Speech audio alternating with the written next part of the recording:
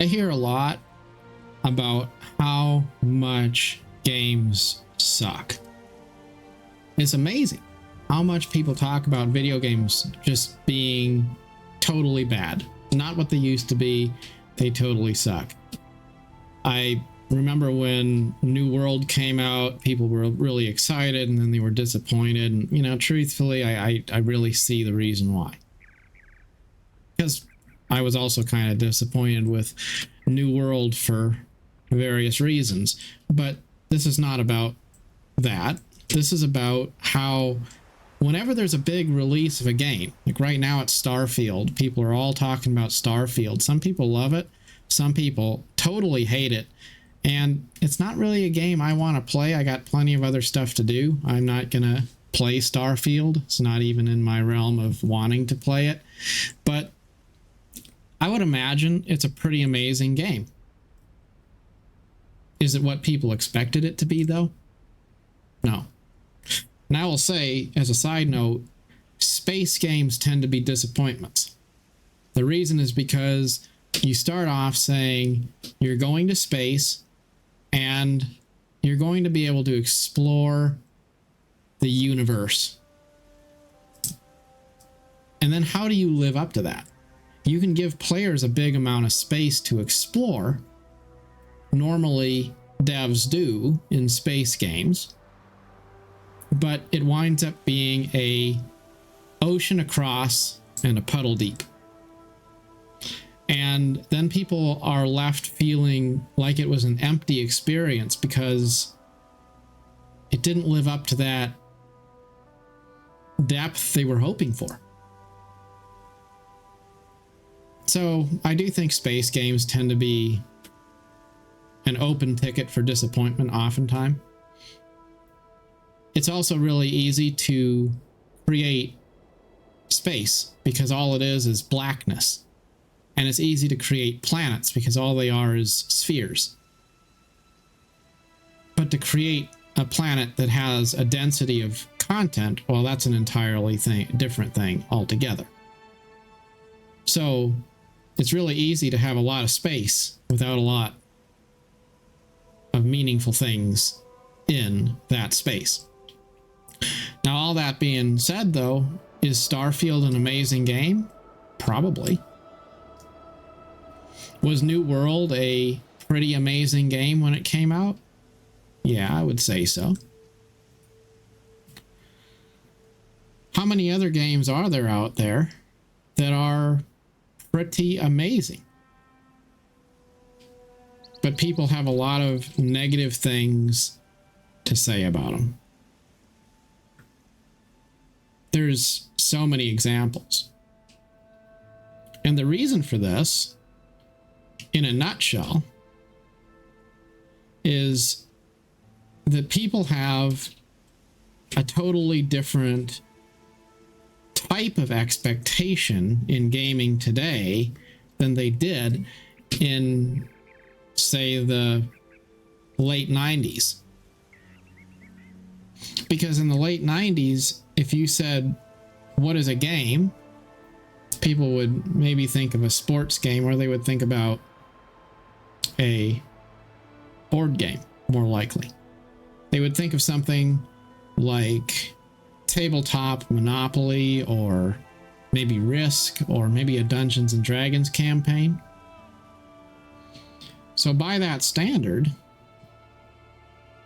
add in the magical power of technology, and how would you not be amazed?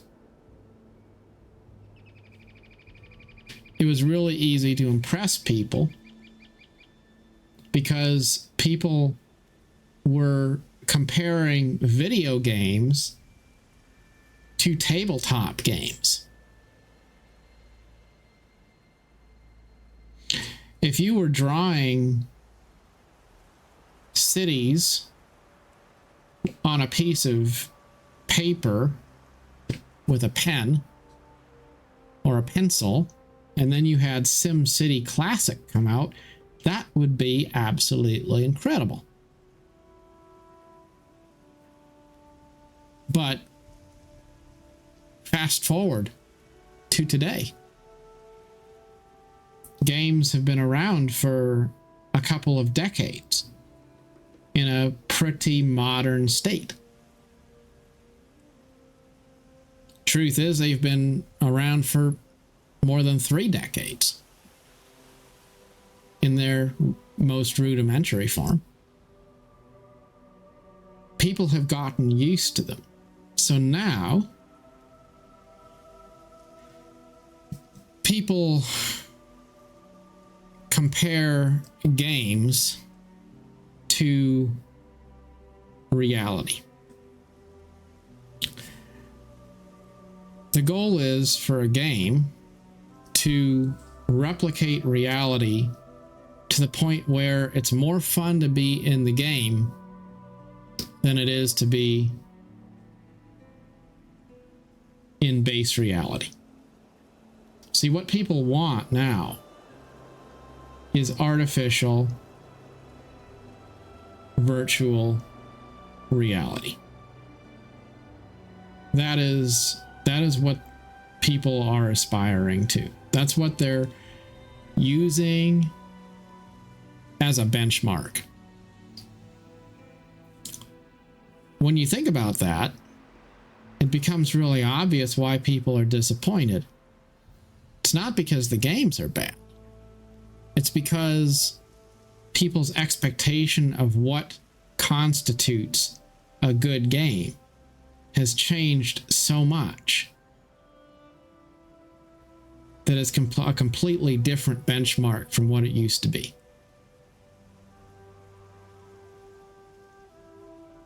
So what is the takeaway? Maybe it's that our expectations are too high. Maybe it's that we should remember that the purpose of a game is to be entertaining. And it's also a tool for your imagination, not a replacement for your imagination. It's not something where you're supposed to go into it and replace reality with it. That's not the objective there. It's like if you were criticizing seasonings for not being a satisfactory meal. They're not supposed to be, because they're seasonings. Seasonings accompany the meal. They aren't the main course. You add seasonings to a good meal and it makes it an even better meal. You don't primarily live on the seasonings.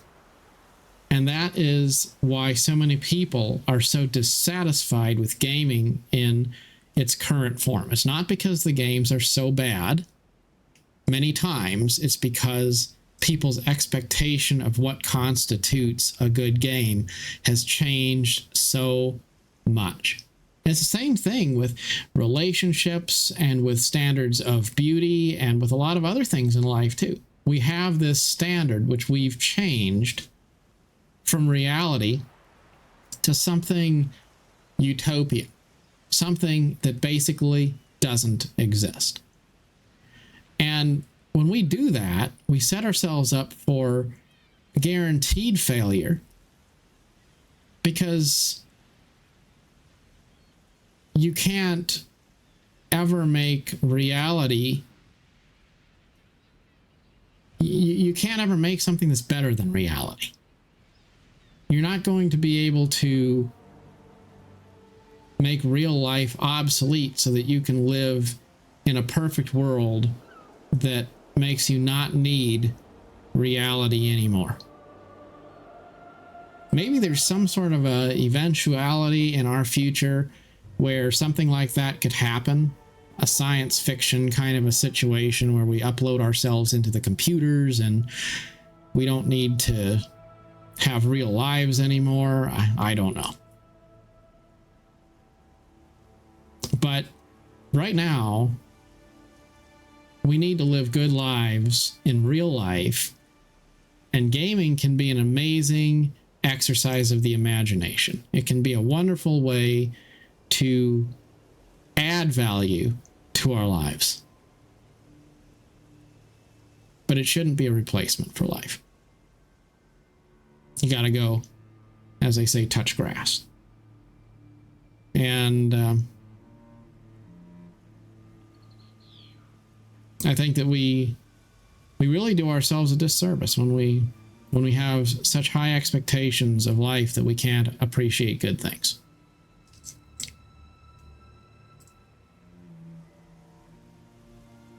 I've heard a lot of people say negative things about ESO's combat, for example. And I agree. It's floaty. It's kind of weird. It's not the best combat I've ever seen in a video game.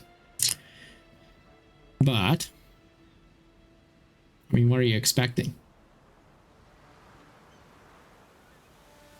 You expect it has to be totally realistic? I mean, you know, I think back to games from the late 90s. You didn't have any physics mechanics at all. Go back to a text-based adventure game and tell me how good the combat is. You type pull out weapon and you type what you want your character to do, and then you read the script. You know, that's how an RPG in the early 90s would have been. There wasn't anything even 3D. So we have all these amazing experiences that we can be part of, and all we have is criticisms to levy against them. And I think sometimes it's important to realize oftentimes we're the problem. It's not the game that's the problem. It's that we have a mixture of a lack of imagination and unreasonable expectations. When you combine the two, you have the recipe for perpetual discontent. But if you let it go, you might just find we are living in one of the best times ever when it comes to opportunities to experience amazing things. So try not to be too negative when you criticize the many things that there are you can be part of. Truth is, we can always pick a different activity. We can always pick a different game, a different pastime, whatever it might be. If there's something better, go for it. But I saw somebody post on a message board. They said, well, this particular game I'm playing is the best game out, but it sucks. And it's just copium. I'm just playing this game. Even though it sucks, I'm playing it because it's the best thing out. So maybe one day something actually good will be made. And I thought, well, so what you're saying is that this is the absolute best game on the market, the best game you could possibly play. There's no other game that's better. And you're also saying it sucks. Why are you even playing any games if you feel that way? Just don't play any games.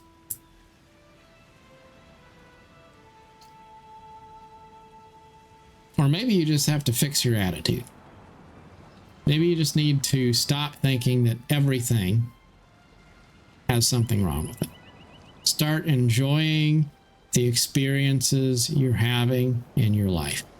And there's a lot of times we're going to either do something and have a good attitude about what we do, or we're going to do the exact same thing and we're not going to have a good attitude. You're going to get up in the morning, you're going to go to work, right? So you have a choice. Do you want to go to work and have a bad attitude, or do you want to go to work and enjoy your time at work and do the best you can at the job you're doing, the job you chose to do? You're going to do it either way, so you might as well make the best of it. If you're going to do it, make the best of it. And if that's asking too much, then do something else. You don't have to rain on somebody else's parade. You don't have to go into some game lobby and tell everybody else who's trying to have a good time how much the game sucks. You don't have to go to work and tell everybody how much you hate your job. See, it's just that simple. If you don't love what you do, then do something else. And if you're not going to do something else, then make a point to love what you're doing. Till next time, thank you for watching.